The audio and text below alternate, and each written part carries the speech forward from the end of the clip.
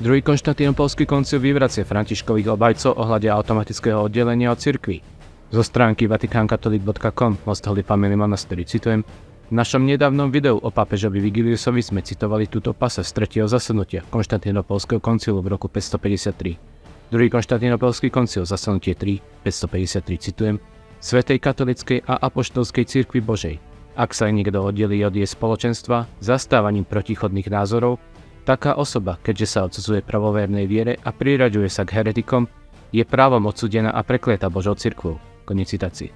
Koncil jasne učí, že ľudia sú oddelení od cirkvi zastávaním opačných názorov. To isté učil aj Florenský koncil, pápež Leo XIII a podobne. Tento úryvok z druhého koncilu Konštantínopolu 553 vyvracia obrancov sekty druhého vatikánskeho koncilu, ktorí tvrdia, že v úvodzovkách iba zastávanie presvedčenia, ktoré je v rozpore s katolickým učením, neoddeluje človeka od cirkvi, ale že musí tam byť deklarácia od cirkevnej autority. Opäť však sú v rozpore s učením cirkví. Poďme si teraz prebrať situáciu ohľade pápeža Vigilia a známuto kontroverziu ohľade 3 kapitol. Druhý koncil Konštantínopolu upodozrieval pápeža Vigilia v istej chvíli z herezy a odmietol mať s ním a zastávať jedno spoločenstvo a zdieľať príjmanie. Pokladali pápežský stolic vtedy za voľný a mysleli si, že pápež prišiel o svoj úrad. Pápež Vigilius v tom čase mal osobné dôvody, prečo sa nenechal v kontroverzii ohľade 3 kapitol sprvu vtedy dotlačiť svojimi odporcami k priamému odsúdeniu herez niektorých účastníkov kontroverzie ohľade zmienených heretických 3 kapitol. 3 heretické kapitoly, každá z nich učila v istej forme odsúdenú herezu nestorianizmu. Nestorianizmus bola hereza, ktorá napadala skutočnú identitu Ježiša Krista ako jednu osobu a Pána Boha, a ona hereza napadala a spochybňovala Pani Máriu ako Matku Božiu. Nestorius bol biskup v 5. storočí, ktorý hlásal oné herezy, ktoré ničili základ viery v Ježiša Krista, Syna Božieho. Nestorius mal niekoľko zástancov a obhajcov. V období Chalcedonu, to je 5. storočie, vznikli teda série heretických listov a diel, ktoré rôznymi spôsobmi hlásali a bránili herezu Nestoria, medzi ktoré patrili aj zmienené 3 kapitoly. Záležitosť s pápežom Vigiliusom je tak trocha komplikovaná a kebyže ju mám dopodrobná a úplne celú vysvetliť, presáhol by to rámec tohto videa. Ponasnažím sa však vysvetliť k rozporu a hlavné momenty. Hlavnou a najznámejšou udalosťou celého sporu bolo, že sprvu celý snem, to je druhý konštantínopolský snem, 6. storočie, odsúdil pápeža Vigilia ako heretika, pretože ho podozrievali z napomáhania a bránenia herez 3 heretických kapitol. Už tu bádame tradičné počínanie a katolickú zásadu účastníkov koncilu, zakotvenú v Galaťanom 1.8-9 a v druhom liste Jána 1.10, že s tými, čo prinášajú falošné učenie, nemôžeme tvoriť jedno spoločenstvo a musíme sa ich strániť. Táto zásada však platí aj pre dnes a je mimoriadne dôležité ju si pripomenúť. Druhý konštantínopolský snem však a ľudia na ňom boli fakticky v omyle. Pápež Vigilius nebol heretikom. Pápež Vigilius mal z jeho strany vtedy celkom oprávnený a pádny dôvod, prečo vyčkával a pristupoval k 3 kapitolám až príliš opatrne, čo mnohí ľudia vtedy nepochopili. Totiž dvaja z autorov sa vzdali svojich bludov a vyznali pravú vieru na záver predošlého koncilu a boli zjednotení s oným chalcedonským koncilom. Obaja boli už po smrti dlhšiu dobu, v podstate celé storočie, konkrétne Theodor z Mapsuesty a Theodorec z Cyrusu. Teda pápež Vigilius nechcel dodatočným napadaním herez ohľade nestorianizmu pri oboch akoby podrývať záver Chalcedonu. Podobný prípad nastal aj v prípade Ibasa, ktorý bol posúdený hodný svojho biskupstva a vyznal vieru v 10. zasadnutí Chalcedonského koncilu. List Ibasa heretikovi Márimu Perskému bol tiež označovaný slovami ako, citujem, list pripisovaný Ibasovi. Čiže nebolo 100% neisté, že Ibas bol autorom tohto listu. Tak sa k tomu pristupovalo. Samozrejme, daný list bol heretický. Pápež Vigilius tak chcel brániť teda osoby, ktoré vyznali na konci svoju vieru a chcel chrániť integritu Chalcedonského koncilu. Nechcel brániť herézy 3 kapitol. Avšak pápež Vigilius bol vtedy tlačený cisárom Justinianom, ktorý sa domáhal, aby 3 kapitoly boli slávnostne a ním zvolaným koncilom zavrhnuté. Príliš veľkú angažovanosť cisára však a tlačenie na vec bral v tom momente pápež Vigilius ako pokus sekulárnej moci prikazovať cirkevnej moci, čo však nemôže byť. A nie je to samozrejme podľa katolického učenia dovolené. Cirkevná autorita je nadradená svetskej moci. To je stále a nemenné katolické učenie. Cisár Justinian I a jeho muži nevhodne a dehonestujúco pápeža v istej chvíli zatkli. a vyviekli ho dokonca nohami od oltára. Toto dehonestujúce zaobchádzanie s pápežom sa nezaoblišilo bez odsúdenia. Tieto všetky vzájomné spory vyústili do mnohých roztržok, sporov a exkomunikácií. Vigiliusové váhanie si ľudia vysvetľovali ako priklánenie sa na stranu heretikov. Pápež Vigilius sa snažil brániť princíp, že svetská moc sa nesmie ponášať nad moc cirkevnú, ktorá je podľa neomylného katolického lomeno Kristovo učenia mocou nadradenou. A taktiež pápež postupoval opatrne s ohľadom na integritu Chalcedonského koncilu. Pápež Vigilius si svoje chybné počínanie však a váhanie po určitej dobe už, keď už to bolo neudržateľné, uvedomil a roztržky boli nakoniec ukončené sériou jeho dogmatických listov, sériou ospravedlnení zo strany mnohých biskupov, ktorí sa prikláňali na cisárovú stranu, a sériou náprav zvolaného 2. Konštantinopolského koncilu. Vo svojom dogmatickom liste 8. decembra 553, druhom liste Eutychiovi Konštantinopolu, pápež Vigilius dáva za vinu diablovi, oné rozbroje. Pápež Vigilius potom jednotlivé hlavné herézy vymenováva a slávnostne zavrhuje. Ku koncu tiež pripúšťa a v podstate bráni zásadu otcov, ktorí odmietajú byť v spoločenstve s niekým, u ktorého je vážne podozrenie vyznávania herez a vyznávania neortodoxnej viery. Hoc ako bolo povedané, pravda, že v danej chvíli koncil samozrejme fakticky mylne postupoval. Pápež Vigilius nebol heretik.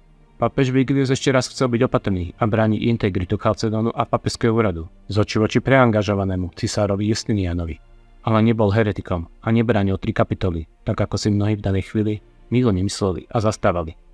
Druhý list Vigilia Eutakiovi Konštantinopolu 8. december 1553 citujem: Vigilius svojmu milovanému bratovi Eutychiovi, nik si nie je nevedomý škandálov, ktoré nepriateľ ľudskej rasy, to je diabol, vyvolal po celom svete takým spôsobom s jeho zlým úmyslom, že vezmu z každého človeka, ktorý bol horlivý, akýmkoľvek spôsobom, vzal naplniť svoje vlastné želanie, prevratiť Božiu cirkev po celom svete. Človeka prinútil vymýšľať rôzne veci v rozprávaní alebo písaní nielen vo svojom vlastnom mene, ale aj v našom mene a v mene iných, až do takej miery, že sa pokúšal machináciami ich takej skazenej vynaliezavosti oddeliť nás dvoch, ktorí sídlia s našimi bratmi a spolubratmi biskupmi v cisárskom meste a ktorí zachovávajú 4 s nimi s rovnakou úctou a bezúhodne zotrvávajú v jednej a tej istej viere týchto 4 snemov.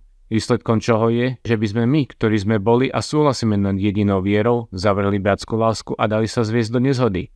Ale pretože Kristus, náš Boh, ktorý je pravým svetlom, ktorého tma nepochopí, odstránil z našej mysle všetok zmetok a privolal všeobecnú cirkev k pokoju, výsledkom čoho je, že skrze Pánovo zjavenie a skúmanie pravdy, to, čo sme potrebovali definovať, sa spásenosť splnilo. Preto nech celé vaše bratstvo vie, že 4 koncily, teda Nikajský, Konštantinopolský, Efeský, 1. a Chalcedonský, spolu s našimi bratmi vo všetkých ohľadoch príjmame a ctíme si s Božnou myslou a jednomyselne zastávame.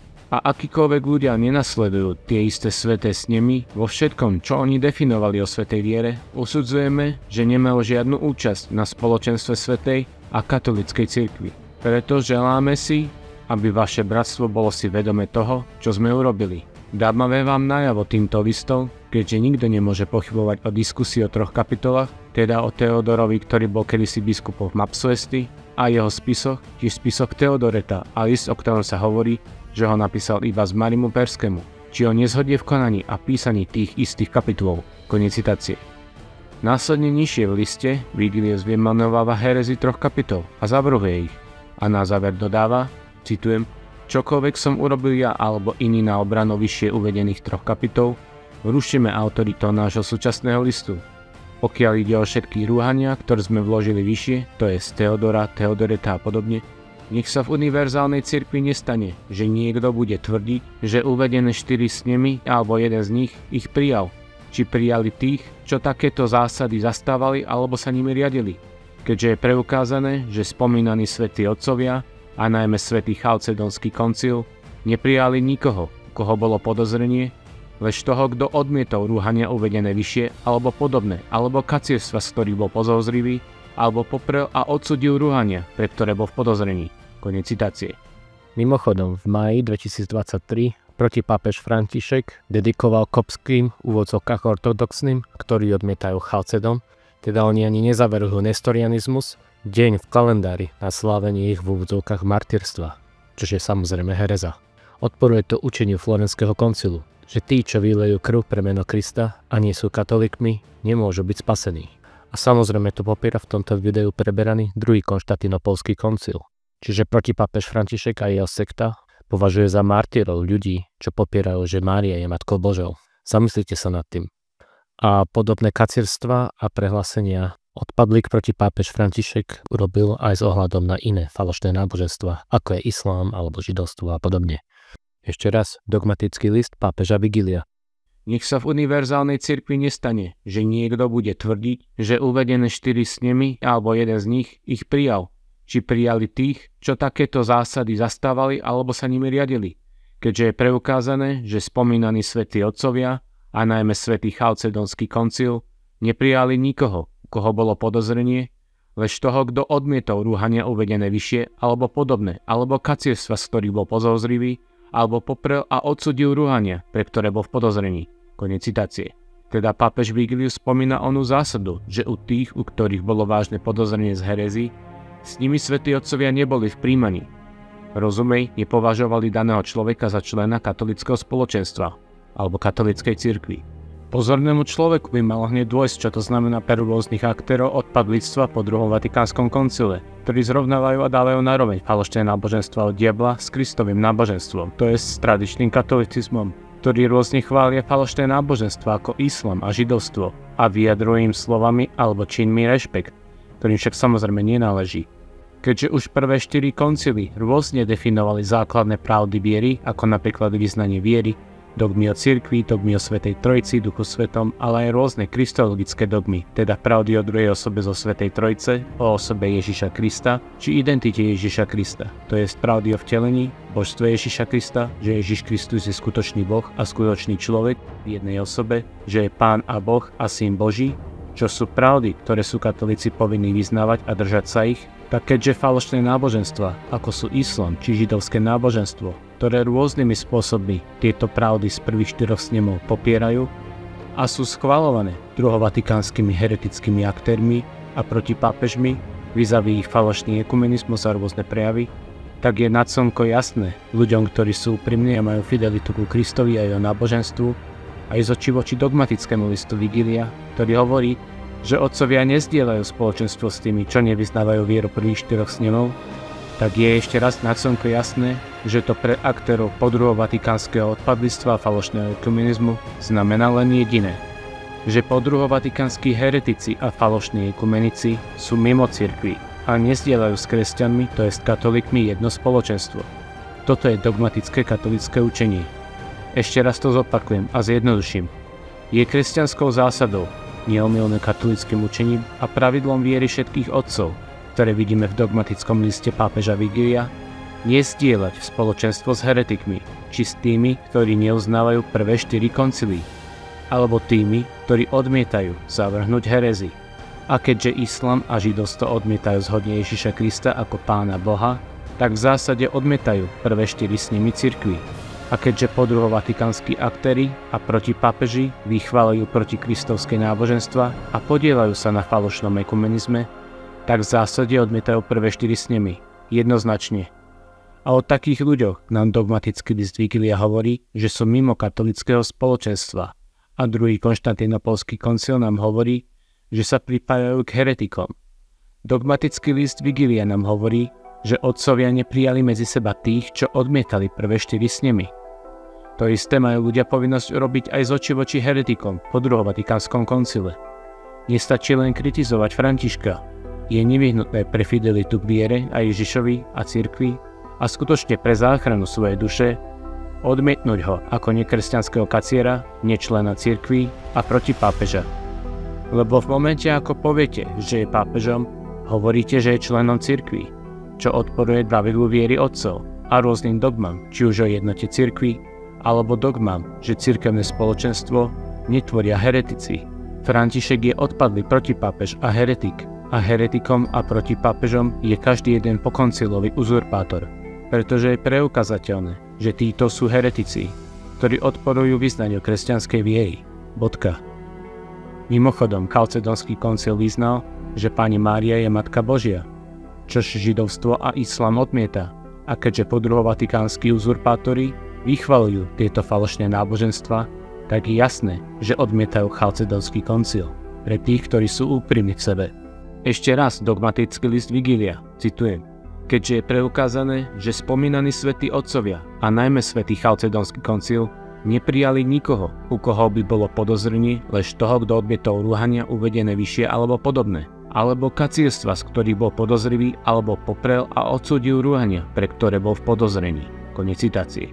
Samozrejme podruhovatikánsky odpadlíci nie sú len v podozrení. Sú to jasní odpadlíci od viery a praktizovatelia falošného náboženstva. Pre viac pozrite si bližšie informácie o podruhovatikánskom odpadlíctve na vatikankatolicky.com a tradičnekatolik.sk aj s radami a postupom, čo treba robiť, preto ako vyznať pravú vieru a stať sa tradičným katolíkom. Pre spásu treba byť katolíkom, a to tradičným katolíkom. Podruhovatikánske odpadlíctvo samozrejme nevyvracia dogmu o pápežstve, taktiež nepotiera katolícku cirkev. Podruhovatikánski lídri boli uzurpátori a antipápeži. Aba naopak, katolícka cirkev a pápežstvo je potvrdené, to pretože je pravdivé, pretože dogma o pápežstve je skutočne Kristovo učenie. Skutočný pápež je zjednocovateľom v jednej viere. Je skutočne tiež pozoruhodné, že tak ako cisár Justinian I, tak aj druhý Konštantinopolský koncil uznával pápežský primát a vyžadovali pápežskú pečiatku. Domáhali sa jej pre uzavretie koncilu. Každý oficiálny ekumenický koncil katolíckej cirkvi v histórii má ono schválenie katolickým pápežom. Druhý vatikánsky, lúpežný, podvodný a heretický koncil ju nemá, pretože bol schválený antipápežom a podvodníkom a učil mnohé herezy proti katolíckej viere. Na záver ešte raz akty z druhého Konštantinopolského koncilu.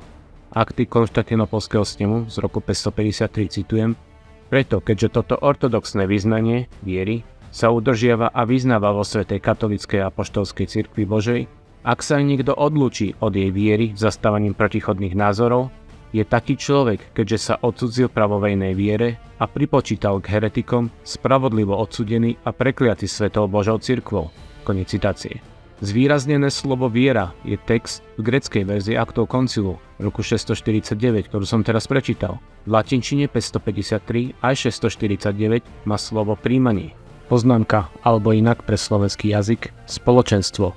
Spoločenstvo alebo príjmanie. Spoločenstvo alebo vzájomné príjmanie.